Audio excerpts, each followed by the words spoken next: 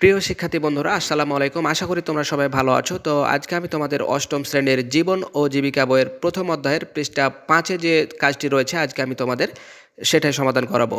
তো প্রিয় শিক্ষার্থী, এর আগে আমি তোমাদের সকল সাবজেক্ট যেগুলো রয়েছে বাংলা, গণিত, ইংরাজি সবগুলো সমাধান আমরা এই চ্যানেলে অলরেডি আপলোড দিয়ে দিয়েছি। তোমরা চাইলে সেগুলো দেখে আসতে পারো এবং নিত্য নতুন এরকম সকল প্রয়োজনীয় ভিডিও সবার আগে পেতে চ্যানেলটি সাবস্ক্রাইব করে আজও আমাদের সদস্য হয়ে যাও। তো চলো যাই, আর কথাটা বলে আমরা আজকের এই দলগত কাজটি সমাধান করি। তো প্রিয় শিক্ষার্থী দেখতে পাচ্ছ যে উত্তরগুলো সবগুলো প্রশ্নের উত্তর পর্যায়ক্রমে দেওয়া হচ্ছে। তোমরা সুন্দর করে লিখে নেবে। এবং তো দেখতে পাচ্ছ এখানে দলগত কাজের সমাধানগুলো ক নম্বর প্রথমে দেওয়া হয়েছে যে মুক্তাদের বাড়িতে এমন ঘটনা কেন ঘটেছিল বলে তুমি মনে করো। টিচাররা এর উত্তর তোমাদের দেওয়া রয়েছে, কেটে নেবে। এই তোমরা বিষয়টা কিন্তু সুন্দর করে তুলে দাও। খেয়াল রাখবে যাতে করে কিছু ছুটে না যায়।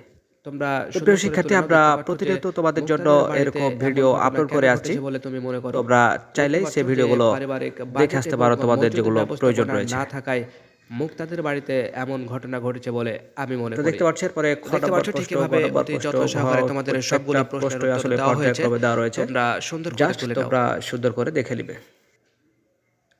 প্রতিনিয়ত আমরা তোমাদের প্রয়োজনীয় ভিডিওগুলো আপলোড করে আসছি। তোমরা সেই ভিডিওগুলো সবার আগে পেতে চ্যানেলটি সাবস্ক্রাইব করে আজও আমাদের সদস্য হয়ে যাও।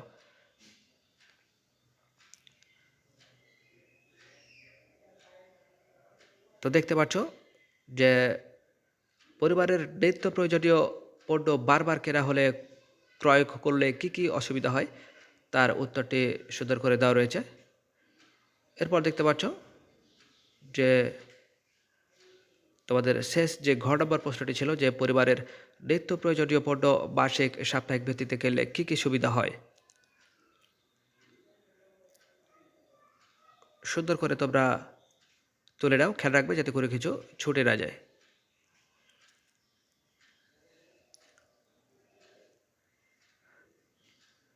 তো প্রিয় শিক্ষার্থী, ভালো থেকো।